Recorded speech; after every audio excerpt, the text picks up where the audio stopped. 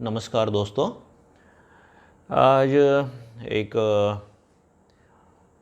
एक घटना देखते हैं हम कि एक आनंद नाम का लड़का है, वो घर आता है और अपने पिताजी को कहता है कि पिताजी, मैं आपसे कुछ बात करना चाहता हूँ। पिताजी आनंद का गंभीर चेहरा देखकर कुछ तो उन्हें अंदाजा आ जाता है। बोलते हैं हाँ बोलो। तो बोलता है, आनंद बोलता है, पिताजी आपका और लीना का नहीं जम रहा है। लीना उसकी पत्नी का नाम है आनंद के। बोले ओके, फिर अब किसकी गलती है वो कुछ बता नहीं रहा मैंने, और उसके पिताजी भी बोलते नहीं हैं। तो बोले आगे बोलो। तो पिताजी, अब मैं सोचता हूँ ये रोज़ रोज़ का झगड़ा, अब झगड़ा कौन करता था, छोड़ दीजिए उसको। तो बोले आपको मैं हम वृद्धाश्रम रखने की सोच रहे हैं। पिताजी बोलते हैं ओके ठीक है। अब देखिए दोस्तों, अगर किसी को उसका बेटा अगर बोलता है कि आपको हम वृद्धाश्रम रखने की सोच रहे, तो उस आदमी को कितना शौक लगेगा। चीखना चिल्लाना शुरू कर देगा कि अरे यार, मैंने इतना पैसा, इतनी मेहनत की, तुम्हारे लिए इतना पैसा लगाया और आज तुम मुझे ऐसा सुना रहे हो, तुम अपनी पत्नी के गुलाम बन चुके हो, वगैरह वगैरह वगैरह। लेकिन ये जो वृद्ध है कुछ भी नहीं बोल रहे हैं। तो जो स्वामी विवेकानंद जो बोलते हैं ना, strength is life, weakness is death. तो ये strength, emotional stability, mental strength ज़बरदस्त है। और किसके वजह से आती है ये? मेंटल स्ट्रेंथ से भी और ज़्यादा है, जो अब हम इमोशनल क्वोशंट बोलते हैं ना, उससे भी ज़्यादा है स्पिरिचुअल क्वोशंट। जिसका स्पिरिचुअल क्वोशंट बहुत बड़ा है, उसका इमोशनल क्वोशंट तो बड़ा रहता ही है। तो सिर्फ आईक्यू से तो काम नहीं चलता। तो ये बहुत ठंडे दिमाग से बोल रहे हैं। तो ठीक है, कब जाना है? तो बोलते हैं पिताजी परसों जाना है, परसों संडे है। तो बोले ठीक है। और लड़का थोड़ा सा बोलते, पिताजी वृद्धाश्रम बहुत अच्छा महंगा है, हमने आपके लिए। बोले ओके ओके ओके ठीक है। अब लड़का भी ज़्यादा बोल नहीं पाता, उसको भी तो समझ में आ रहा है कि मैं कम पढ़ रहा हूँ कहीं। तो पिताजी बोलते तो जाऊँगा कैसे, क्या तुम छोड़ने के लिए आओगे? बोले पिताजी रविवार है, लेकिन मुझे थोड़ा काम है, ड्राइवर आपको छोड़ देगा। बोले ठीक है।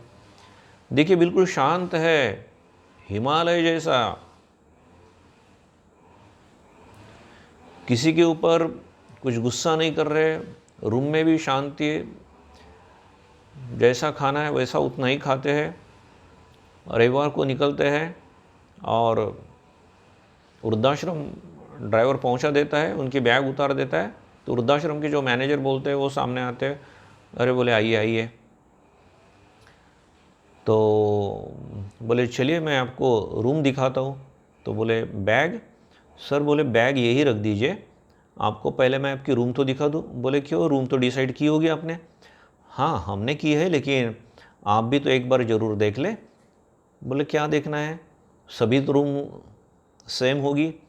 बोले हाँ, लेकिन आपको पसंद भी आनी चाहिए ना, क्योंकि आप अभी इतने साल यहाँ रहेंगे तो आपको आनंद मिलना चाहिए उसमें। तो देखिए ये वृद्ध बड़ा ही सुंदर उत्तर देता है। बोले महाशय, वो रूम मुझे आनंद नहीं दे सकती, मेरा आनंद मेरे पास है, मेरा आनंद मेरे हाथ में है। कोई मुझे दुखी नहीं कर सकता और बाहर की कोई शक्ति मुझे सुखी नहीं कर सकती। मेरा सुख मेरे पास है, मेरे हृदय में है, और मैं हमेशा ही आनंद में रहूँगा। लगभग सभी रूम सेम है आपके यहाँ, तो आपने जो भी रूम मेरे लिए सिलेक्ट की है आप चलिए। तो दोस्तों, इस वृद्ध से सीखने जैसा है, किसी के ऊपर डिपेंड नहीं है। हम लोग जब बोलते हैं ना, हमारे माताजी पिताजी बचपन से ही बोलते भाई खुद के पैरों के ऊपर खड़ा रहना चाहिए, है ना। लेकिन फाइनेंशियली बोलते हो, इमोशनली व्हाट, हम कितना दूसरों के ऊपर डिपेंड रहते हैं। हमारा दोस्त अगर छोड़ के चला जाता है, वो बातचीत नहीं करता, तो क्या क्या विचार आते हैं, कितना उदास हो जाते हैं, डिप्रेशन में चले जाते हैं, सुसाइड करने की इच्छा होती है। तो हमारा आनंद जो है ना इमोशनल, हम इमोशनली इतना दूसरों के ऊपर डिपेंड रहते हैं। तो यहाँ हमने आदत लगानी चाहिए। मैं ऐसा नहीं बोल रहा हूँ कि आपने सोशल नहीं होना चाहिए, लोगों के साथ रिलेशन तोड़ देना चाहिए, लेकिन इसके साथ ये भी देखना है कि अगर ऐसा कुछ होता है, मेरे साथ कोई बात नहीं करता, कोई संपर्क नहीं रखता, तो I should not be handicapped.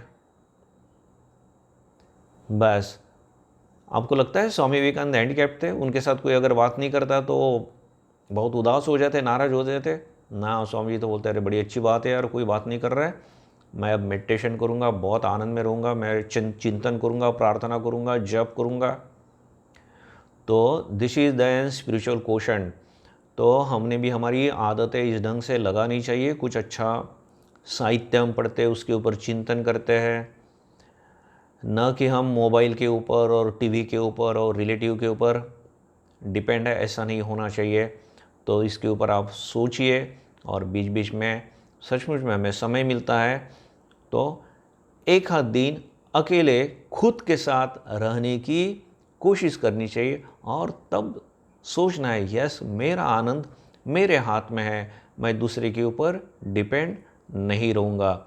तो दोस्तों, ये वीडियो अगर आपको पसंद आया हो तो इसे दूसरों के साथ शेयर करें, सब्सक्राइब करें, जिससे नए नए वीडियो आपके पास आते रहे। मैं आप सब लोगों के लिए प्रार्थना करता हूँ। धन्यवाद।